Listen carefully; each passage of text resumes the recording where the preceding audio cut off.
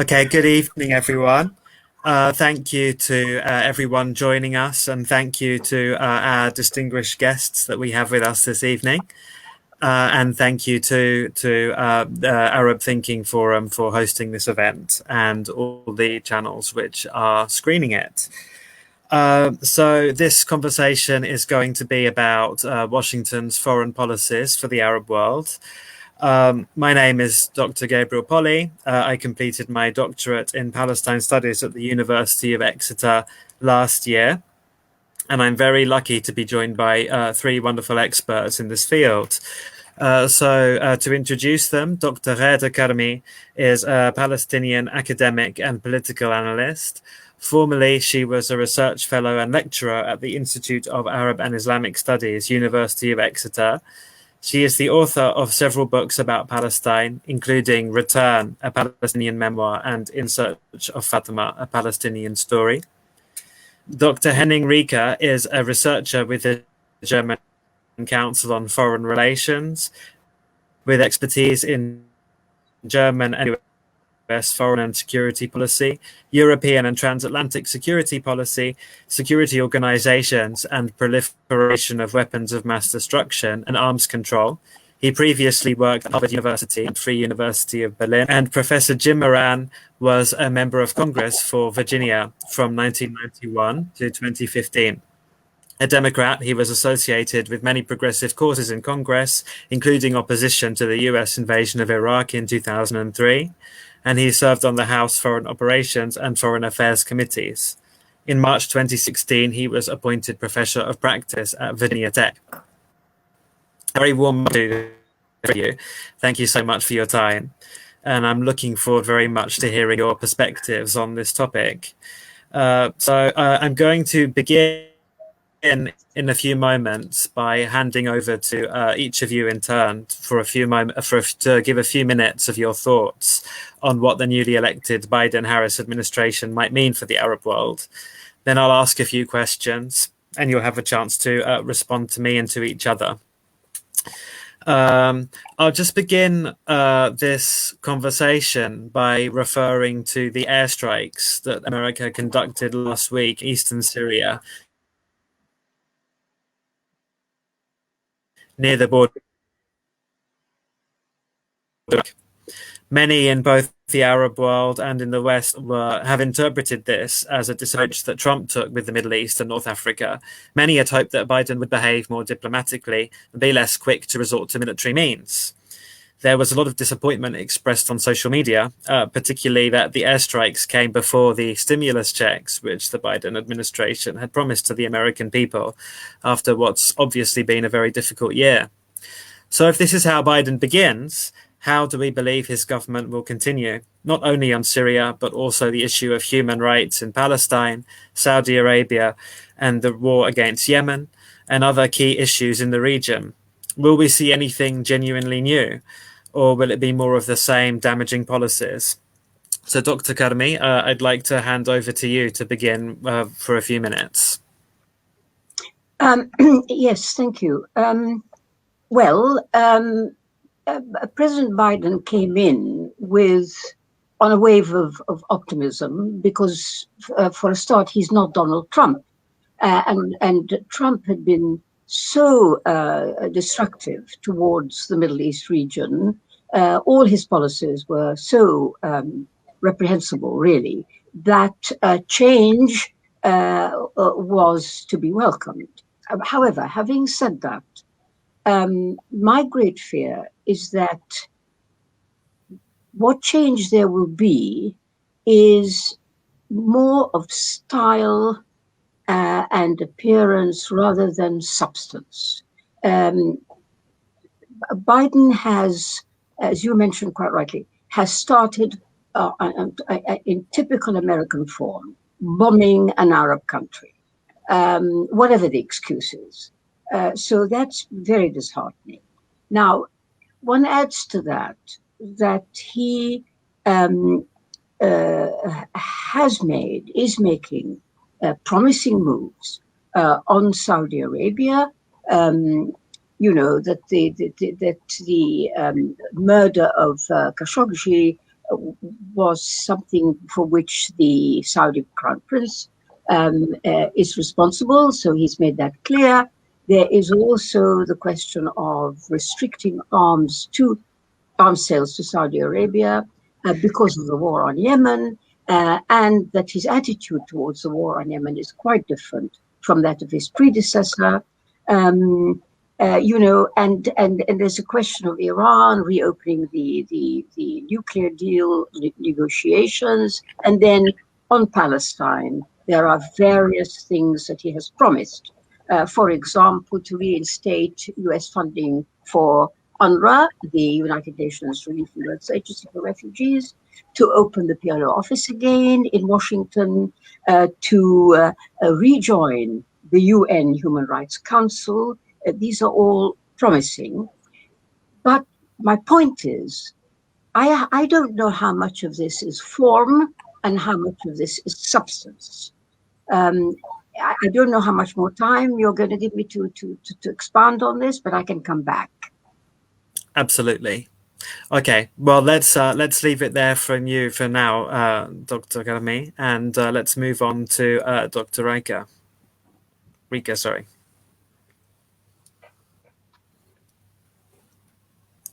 Oh, we can't hear you, Dr. Rika. One of the phrases most often said in these times. Sorry. Absolutely, no worries. That the Biden administration is trying to move back to a number of principles and priorities closer to the Obama government and its predecessors, even trying to move away from what Trump did to the region and the decisions the Trump team made. Now, the question is, of course, how will this actually change the U.S. policy towards the region when a number of decisions have been made that will, of course, change the balance of power and the alliances within the region? And the other is with, may I say, stronger idealistic paradigm of democratization and cooperation of democracies and focus on human rights that are very welcome to my heart, whether this will actually create the diplomatic leverages that are needed to reinstall an American leadership role. It is really unfortunate, and I agree that one of the first moves had to be an attack on militias in an Arab country. That is a bad sign and possibly provoked actually by the earlier attack on American contractors. One might see the amount of time that passed between the two events as a signal of thoughtfulness. One might call this, of course, an attempt to create conditions for the negotiations with Tehran, saying, look, even if we try to sit together, it doesn't mean we swallow everything, or if you don't negotiate, it's going to be expensive. One could consider that, but it's unfortunate that the Biden team found that necessary. Now, I think one of the things that I would like to watch is how the new, I don't know if I could call it a coalition, but the Sunni Arabs, the Gulf states, and Israel now being on more normal terms will also change the environment in which U.S. foreign policy operates and how that actually affects policy towards Israel, policy towards Saudi Arabia. It's promising now that Saudi Arabia gets the signal that there will be a different rhythm of American foreign policy, different priorities, and that simply because you're an American ally, you can't walk around and kill your opposing journalists. But it's a question whether America can actually become a mediator between Iran and the Sunnis again. And I wonder whether this is possible now after the decision that Trump has made. Okay, yeah, thank you very much. There's a lot to unpack there, and we'll definitely investigate those in a moment. But if I may pass to you, Professor Moran. Well, thank you. I'm interested to hear the two prior speakers, and I appreciate being invited to participate. From my perspective, as things unfold in the Biden administration, I think that Arab countries in general, and Saudi Arabia in particular, are going to have a much reduced role in American foreign policy, obviously as regards the Middle East. But the reason that I say that is that the most stable countries, the ones with actual militaries that they operate, so that discounts Saudi Arabia. Saudi Arabia uses mercenaries basically to employ its weaponry.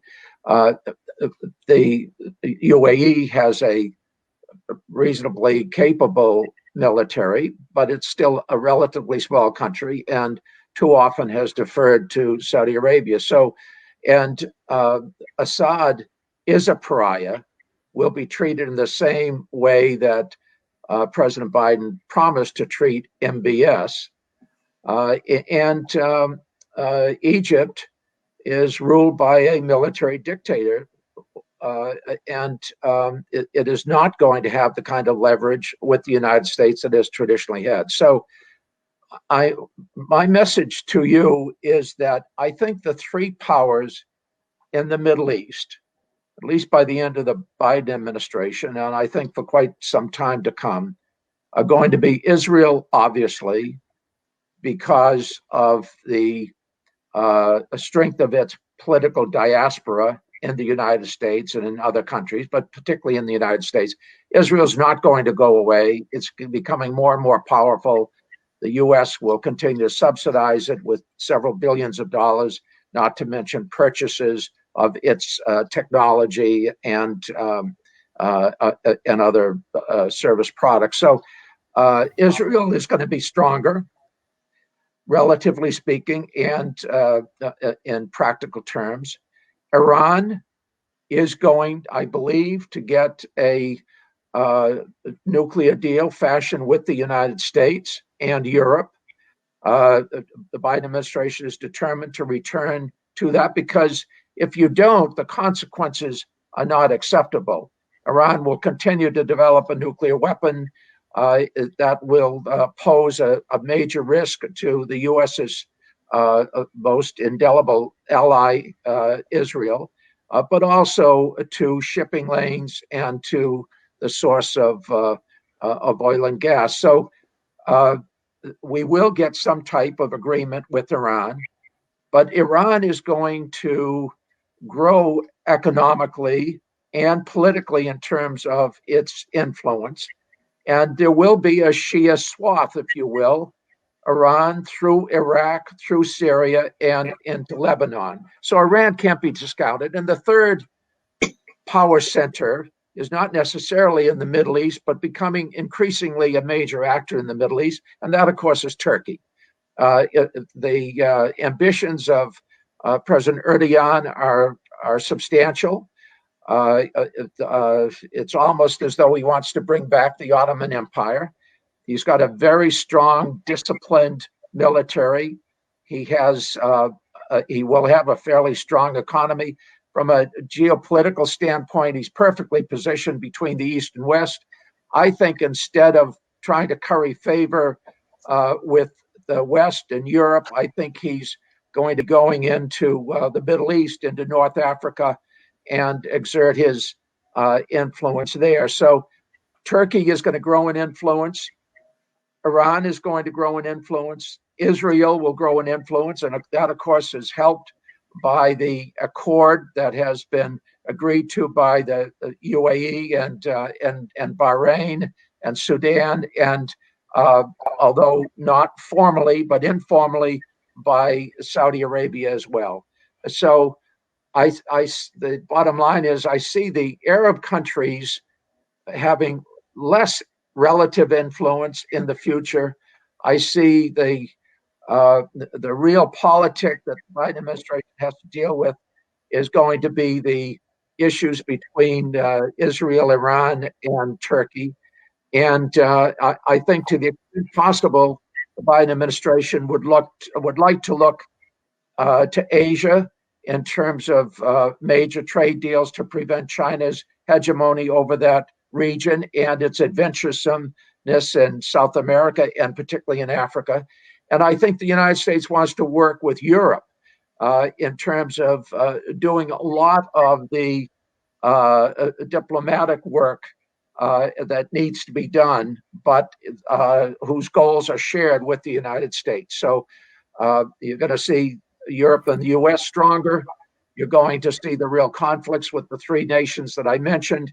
I think you'll see some diminishment of importance of the Arab states generally, and Saudi Arabia particularly. Okay, thank you, Professor Moran. That's quite a dramatic picture that you paint there of those three powers growing in the region when each of them clearly has somewhat antagonistic and competing interests. I'm just going to take it a little bit back to what you were saying, Henning, to start off with. And this idea that Biden is going to be marking a kind of return to business as normal and a return to the Obama era policies. Obviously, we have some idea of how Biden operates because he was a key part of the Obama administration. But during that time, and also before, there was a huge amount of disappointment in the Arab world with America, with the West in general, and with their own leaders. We saw invasions, occupations, airstrikes, and of course, from 2011 onwards, the Arab Spring, which really remains unfulfilled in all of the countries to different degrees, but somewhat unfulfilled in all of those countries. And the hopes of the Arab people have been bitterly dashed over the last 10 years. So in this kind of context, I think it poses a clear challenge for how America will approach the region. Does it really have any leadership role to play in the region, or can it influence the course of events in the way that it once believed that it could? I don't know who'd like to respond firstly. Please. Okay. Go ahead. Look, by the way, I agree with much of what Professor Moran said just now. And the first thing that he pointed, or the thing that he pointed out, which is really important, is overall, as far as this Biden administration is concerned, the Middle East will not any longer have the centrality or the importance that it had before, because indeed, the center of gravity has shifted decisively in favor of China, Russia, and issues of that kind. So that's really important to keep that in mind. And that will limit the degree of involvement that the United States is prepared to have with various issues in the region. You see, but having said that, there is a kind of, how can I say, almost an assumption that where Professor Moran pointed out that the powers, the centers of power in the Middle East would be Israel, Iran, Turkey, and to a much lesser extent Egypt. You see, the problem is nothing is stable here. There is one cannot make an assumption that this is how it is, this is what's happening, and that what the US administration has to deal with is, these various actors. For the reason that there are several ticking bombs in the Arab world, ticking bombs which have not been dealt with and which have not gone away. And one indeed is the Arab Spring. Though it was apparently defeated, it's not gone away. People still harbor hopes, ambitions that the status quo can be changed. And particularly Sisi in Egypt being so tyrannical, so dictatorial, It's got so many enemies. So, one must watch this space, as they say. Now, the other very important aspect is, of course, the Palestinian issue and the issue between Palestine and Israel, between the Palestinians and Israel. What about that? Now, it strikes me that this administration is not that interested in the so-called peace process. Biden has said that he supports the two-state solution. This is the position, this is the posture of people who don't really want to do anything about it, because it's very comforting. You just talk about the two-state solution, you let Israel get on with it, colonizing, etc., etc. So, but this issue is not going to go away. The fact that you can ignore it or think that that's fine, you can shut people up like this, it's not going to work. And when I look at what Biden's position is on Israel, it's very disheartening for any supporter of the Palestinians, or indeed of any decent peace in the Middle East. Because Thank you, Ghada. I do want to move on to the Palestine issue in greater depth in a moment.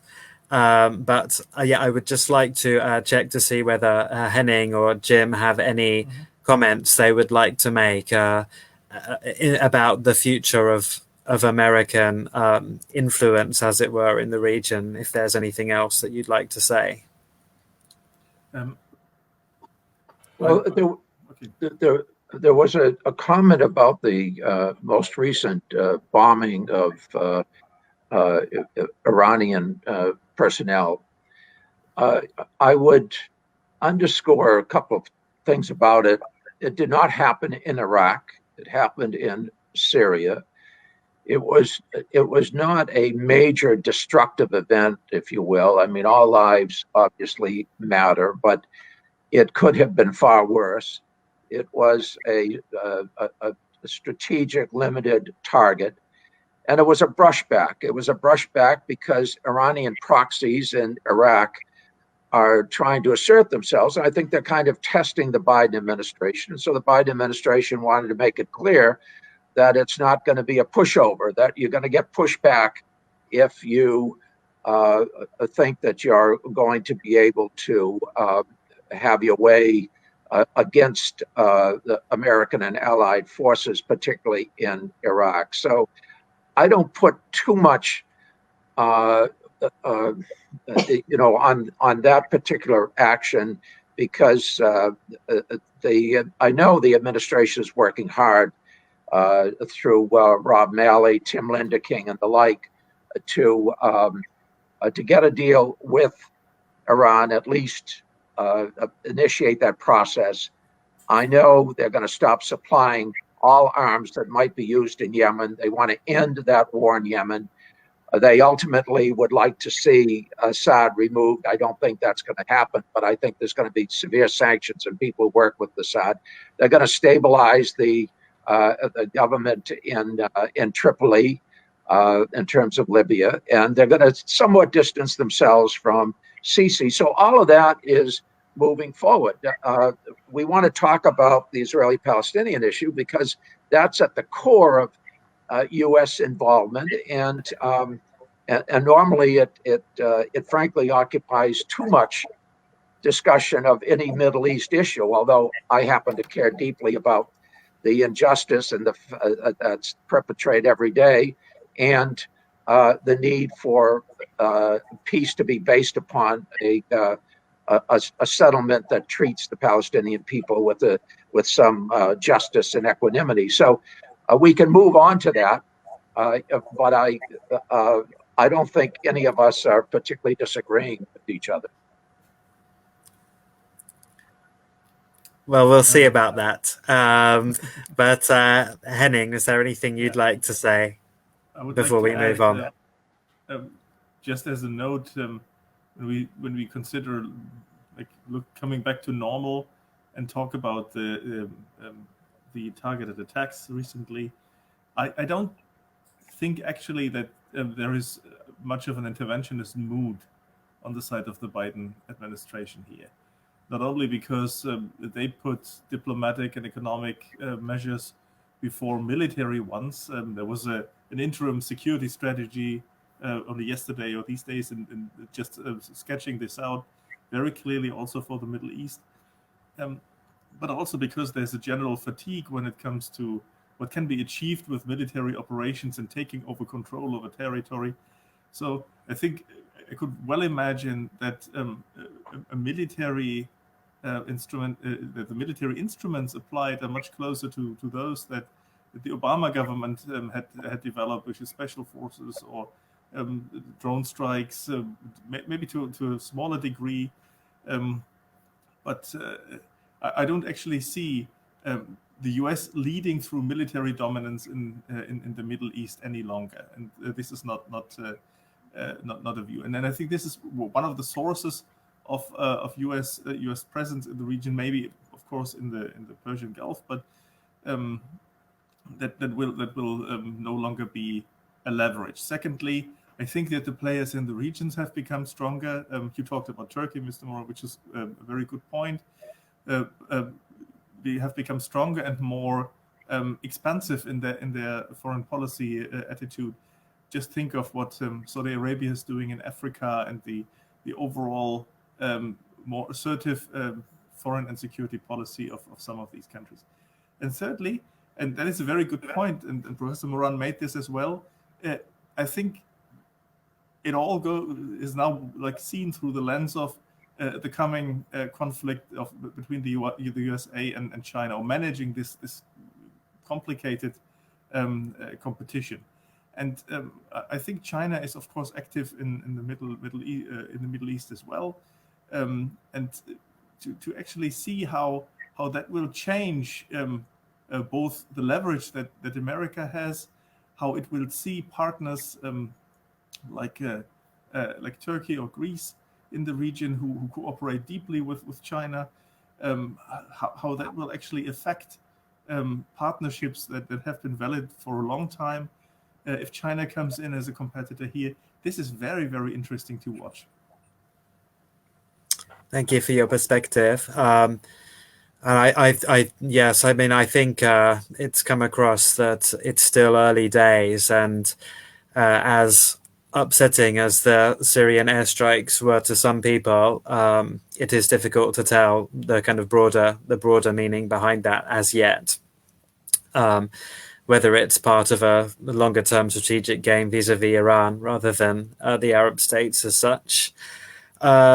But again, there's a lot there, and we'll probably come back, I think, to the issue of Saudi Arabia and the Gulf. But I do want to, as Ghada introduced, talk a little bit about the Palestine issue.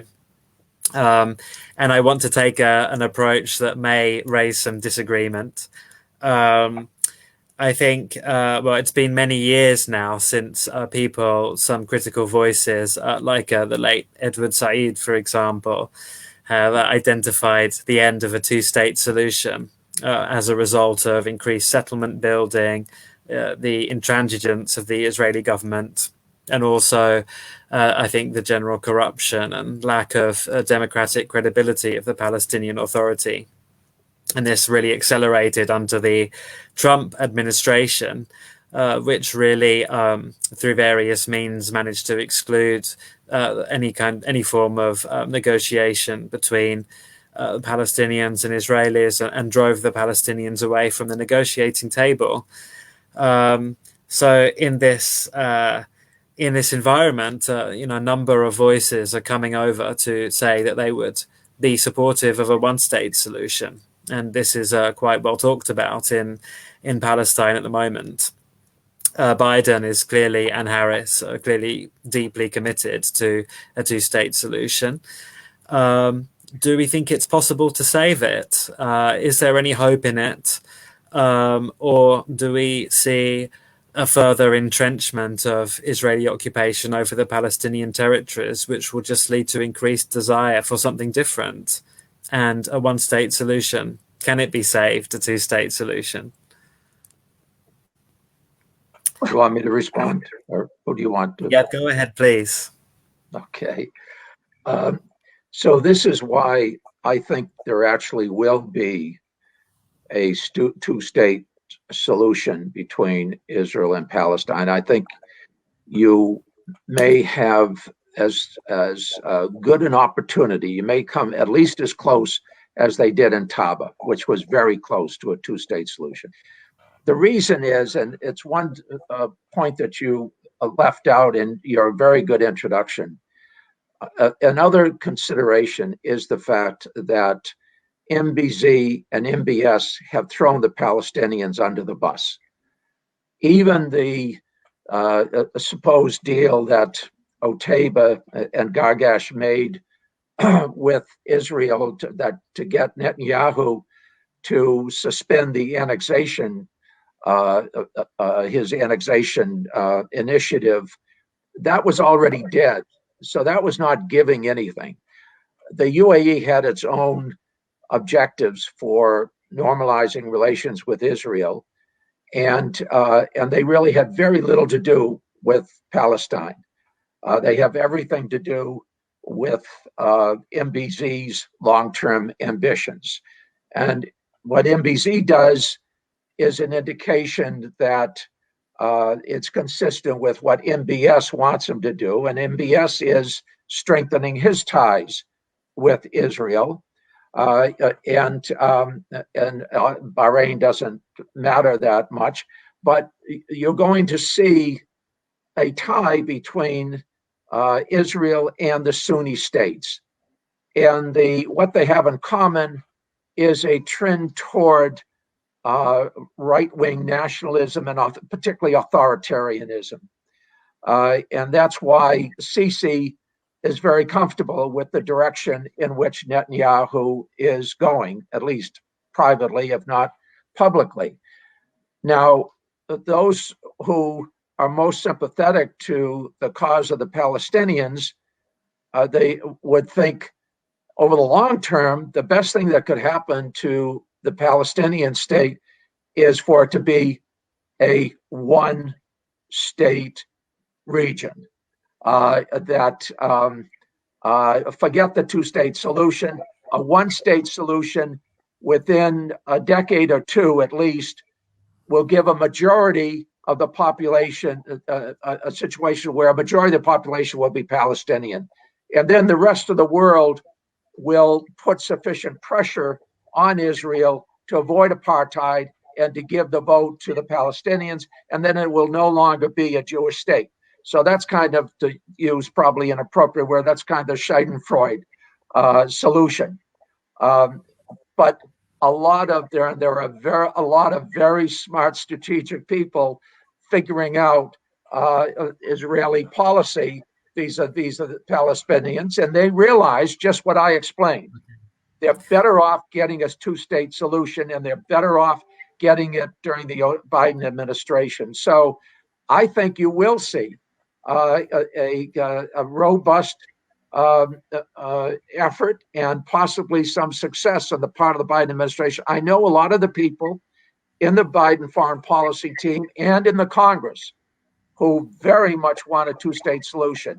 And they are also aware that within the United States, AIPAC is somewhat losing some of its political influence, and what's called J Street, which is a more progressive pro-two-state solution, is gaining influence, particularly within the new Democratic caucus.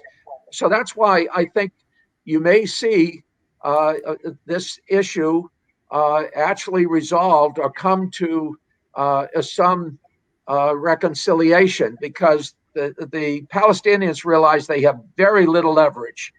Having lost Saudi Arabia and to a lesser extent the UAE, they don't have much leverage to deal with. Okay. This is their best hope to make a deal with the Biden administration. Last chance saloon. Let me leave it at that. There's more I could say, obviously, but let me turn it over to my two other distinguished panelists. Okay, so shall we turn to you, Ghada? What's your perspective?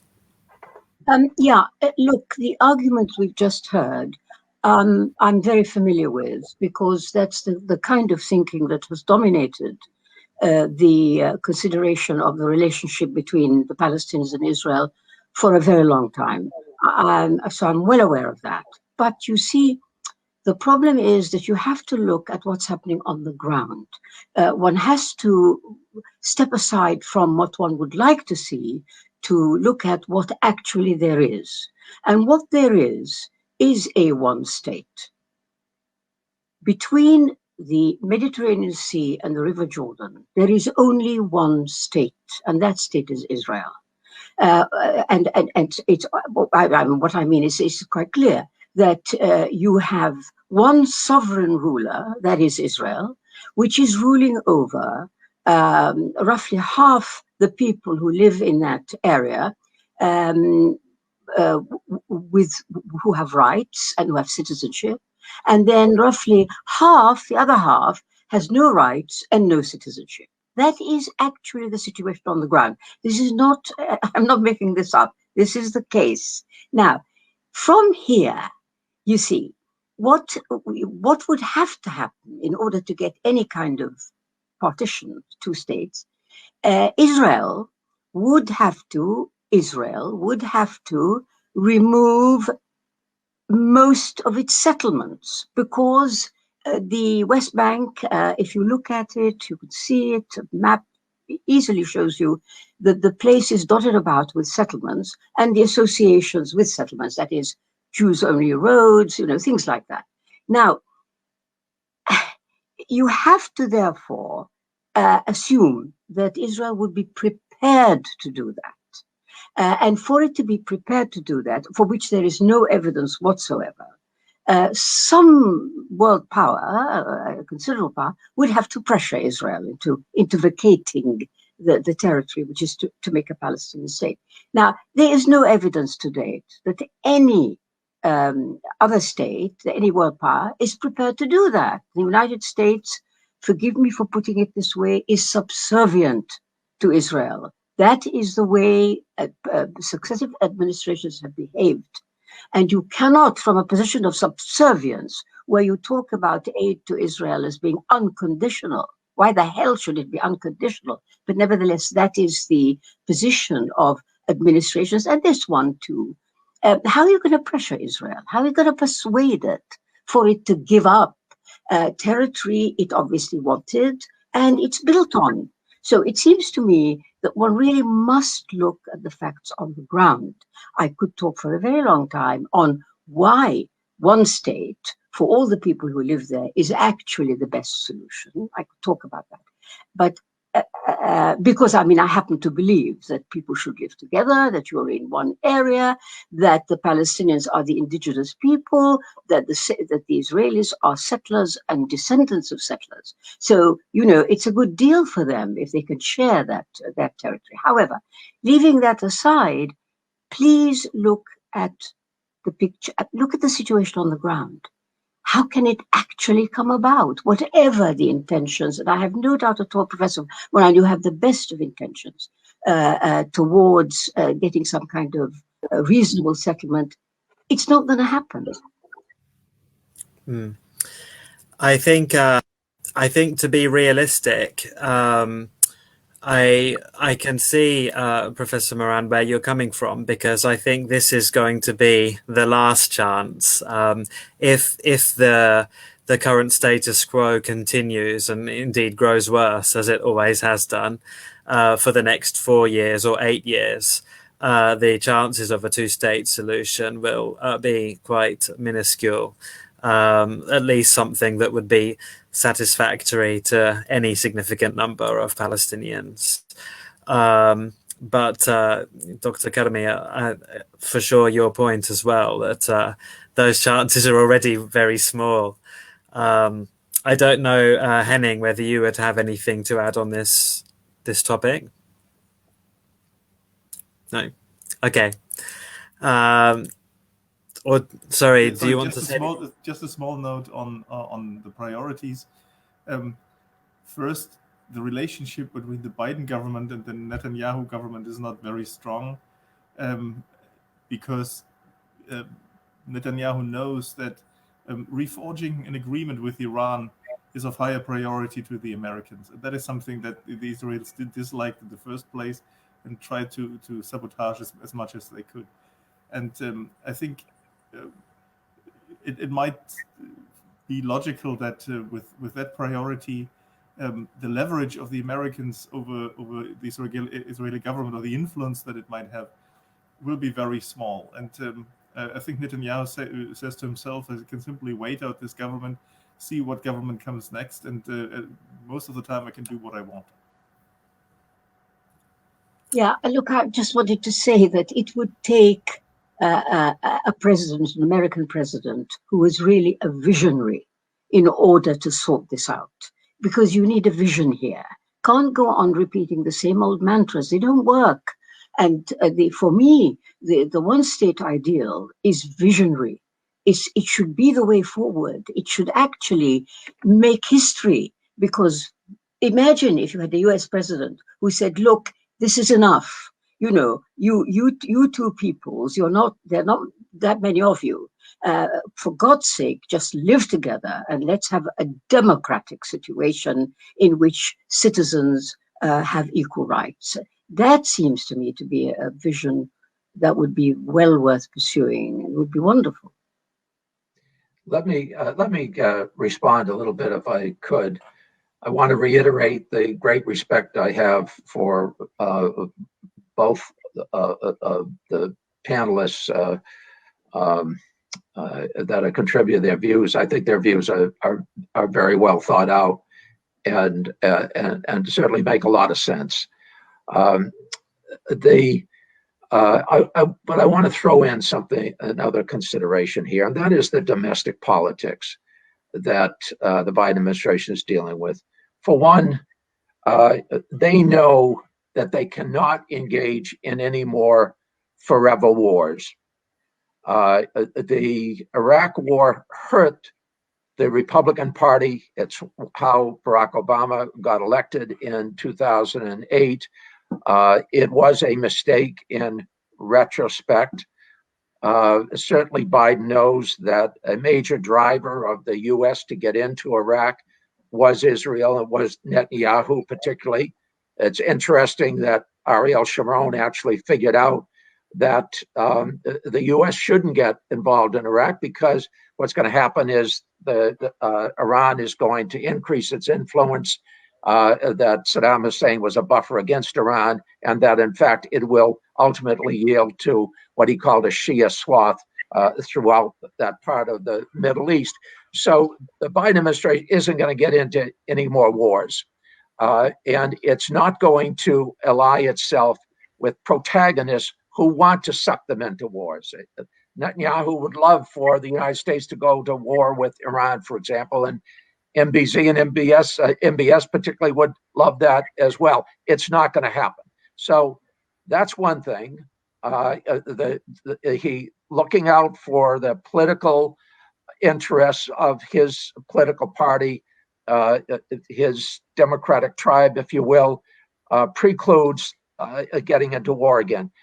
The second thing is that he's also got to satisfy, in addition to kind of the working class people in the United States who fight those wars, and many of whom voted for Trump, he's also got to satisfy the far left. And that's represented by Bernie Sanders particularly. An interesting fact is that Bernie Sanders' policy person, foreign policy person, is a guy by the name of Matt Duss, D-U-S-S. I know Matt. I have enormous respect for him. He cares very deeply about the Israeli-Palestinian issue. He has spent a lot of time in the Palestinian territories. He knows the situation in which they live on a daily basis. And one thing that would be very popular with the left, but would also not be largely opposed by the Congress as a whole, at least the Democratic caucus, would be to gain a peace treaty that would treat the Palestinian people with some greater equanimity or equity, if you will.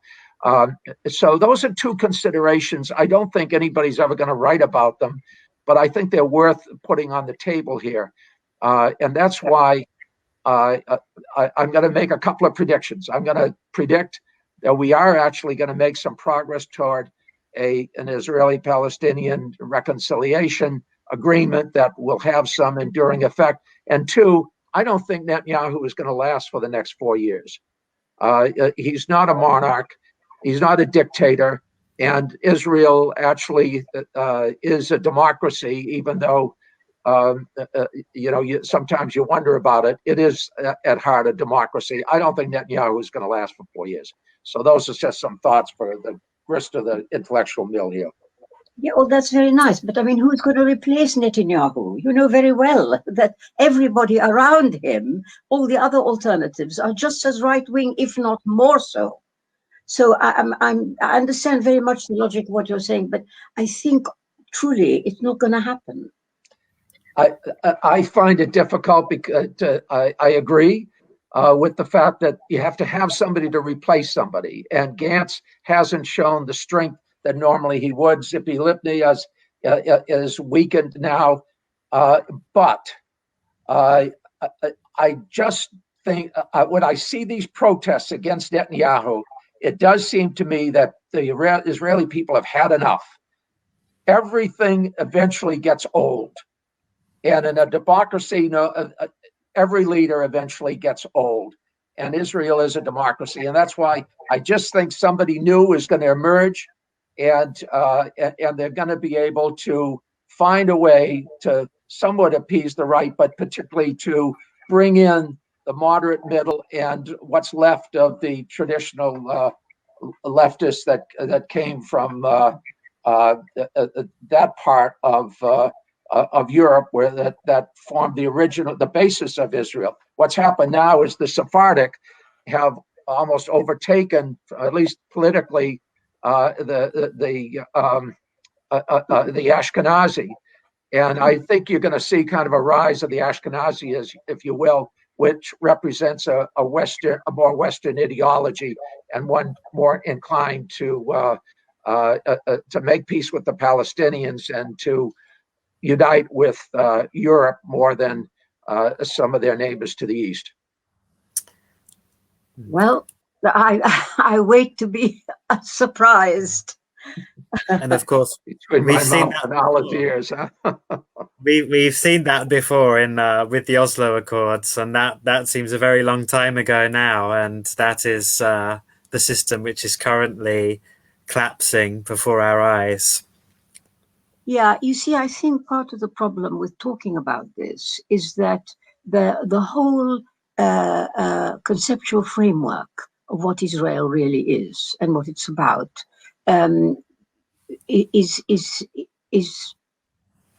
would be very different for somebody like me to somebody like Professor Moran, and who represents, I know, a large body of opinion.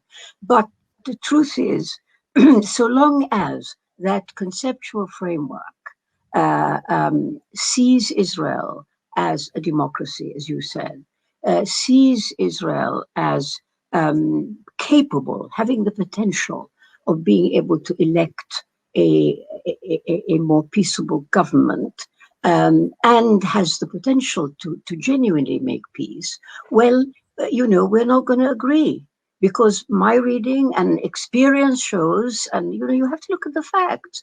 The evidence is Israel is a democracy for Jews. It's not a democracy for non-Jews. Secondly, Israel is about colonizing Palestinian land. That's what it does. That's what it wants. Well, how on earth can you actually make peace with something like this? And thirdly, the people who've been prepared to make some kind of accommodation for Palestinians on the Israeli side have been limited, and really haven't been able to satisfy the basic needs of the Palestinian people. So as long as one has a concept of Israel, which is that it is benign, that it is capable of behaving in a civilized way, it's very difficult to discuss it. Because from where I come from, based on evidence, I promise you, based on evidence, Israel does not behave in a good way. It is not a benign entity, not at all, far from it. So I don't quite know where that gets us, except that we both can talk to each other and get to know each other's points of view. Well, if I could respond, I don't want to exclude our colleague here, but let me just address it. And I've got to sign off in a few minutes. I've got to get on another call, but let me just make some points here that I know you're aware of, but I want to underscore.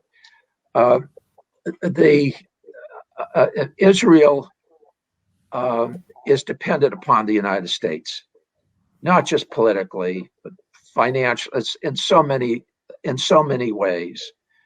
And almost all the Israeli people, although most of them don't want to admit it, would acknowledge that to be the case. Now, Mr. Netanyahu did everything he could to get Donald Trump elected and then to get him reelected. President Biden is acutely aware of that, as is his team. The people who populate the State Department are well aware that Netanyahu did everything that he could to defeat their leader, their guy. He lost. And and you may remember the same thing was the case with Obama. He was prejudiced against Obama. He went and spoke in the Congress and under the invite of the Republican caucus, ignoring President Obama. You don't do that. That was a deliberate snub. He knew it was a snub, and he continued to do the same thing under the Trump administration. So while the Biden administration is not going to underscore this with words, I do believe they will underscore this fact with actions. They may be subtle actions, but they're going to be profoundly important actions. I don't think the Biden administration is comfortable with President Netanyahu representing Israel and that substantial political diaspora in the United States. So that's one more reason why it may not be a sustainable situation for Benjamin Netanyahu to continue to represent Israel and its future with the Biden administration. So I say that because I think there are a lot of undercurrents that need to be recognized that are probably not going to be written about, but should be understood in trying to figure out what's going to happen over the next few years. I'm going to sign off now. I'm sure you're happy to do that I'm doing that because I've talked too much and listened too little. The two panelists with me had so much more to say and know so much more about the region than I. But as a typical American would, I kind of monopolized too much of the time. I appreciate being invited to participate. I hope we can do it another time. You're good people, and I hope you will play some role in the ultimate reconciliation of some of these very difficult issues in the Middle East. Thank you all very much. Thank you. I'm going to have to Thank leave. you. Thank you. Thank you all. Thank you. Yeah, if I can just make one point there, I think that no matter the difficult relationship between an American president and Netanyahu personally, does by no means guarantee a good outcome for Palestinians. And we saw that, I think, in the 8 years of the Obama presidency, which began with hope in many ways, not just the Palestine question, but for the Palestine question included, began with hope and ended with quite profound disappointment, despite the evident personal antagonism that existed between Netanyahu and Obama, and will probably now exist between Biden and Netanyahu. Thank you very much. I agree. I agree with what you said. Thank you. Thank you. Thank you, Professor Moran. Thank you. You're not wrong. So now, in the last few moments, as we come up to the end of this hour-long conversation, I wonder if there's any concluding remarks. expectations or hopes, or any other comments that the remaining panelists would like to make about the upcoming period in relation to the Arab world? If we hear from you first, Henning. I think so. It's not so much the Arab world, but the most important question in my view is how America can restore a negotiation and possibly an agreement with Iran on the nuclear issue, which is of great importance for America, and of course has an enormous impact for the power balance in the region and the threat of nuclear proliferation. Of course, America wants to have a larger agenda with Iran, and that is going to be not easy, especially because the window of time is getting smaller with the presidential election going on, and the hardliners in Iran having an interest to undermining Rouhani as a more moderate cleric. He still is. But I still wonder first how Europeans, Americans, and possibly the Russians and the Chinese can agree again on some sort of framework. The Europeans are supposed to mediate again, but the conditions are not very good for a broad agreement. And if that happens, we might see how difficult it is for America to play the role as a mediator, or as a convener, or as some sort of framework nation to host over negotiations over broader peace agreements and security arrangements that are so desperately needed in the Middle East. This is only a vision, and it will not happen in the next 4 years. But we might see America losing that sort of spirit that was visible in the Oslo Agreement or others. Perhaps more of a backseat role is a good thing. I would say, certainly. And Dr. Karmi, I wonder if there's anything you'd like to add. Yes, I mean, I think the Biden position on Yemen is good, and I hope it continues, because I don't have to tell anybody how awful the Yemen war has been, and anything that can help to end it is to be welcomed. That's first. Second, I agree about Iran. It would be very good if the heat could go down on the Iranian issue, and that Iran can see its way to being free of this vendetta. I can call it nothing else, a US vendetta against Iran fueled by Israel. Anything that helps to bring that to an end is also to be welcome, and there are indications on both those fronts. The last issue, which I think is terribly important, of course, is the issue between Israel and the Palestinians. I have to honestly say I don't have much hope. Not only for what I said earlier, that there are givens in the way that this situation is viewed, which have to be questioned and removed if we're going to move on. And I can't see it happening.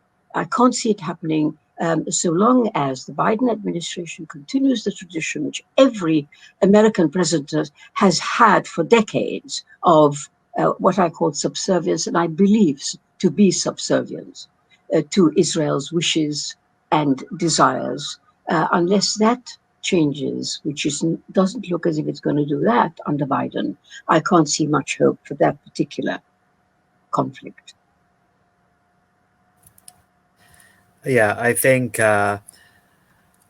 what's emerged from this conversation has been, I mean, it's clearly a complex issue, and there may be indications that a Biden term will not be as destructive as a second Trump term would have been.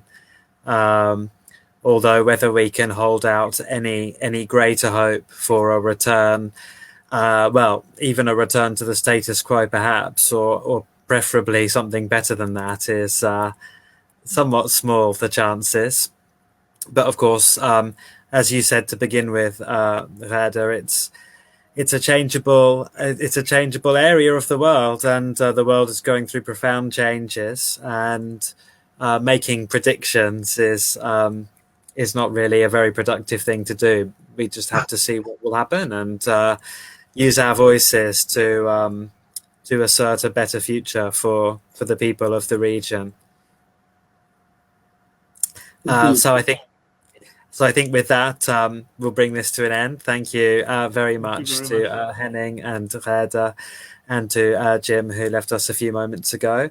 And it would be fantastic to continue this conversation, maybe with a slightly different focus. And I apologize to Henning if at any point you felt it was rather dominated by a certain issue, but it was certainly a very fascinating conversation.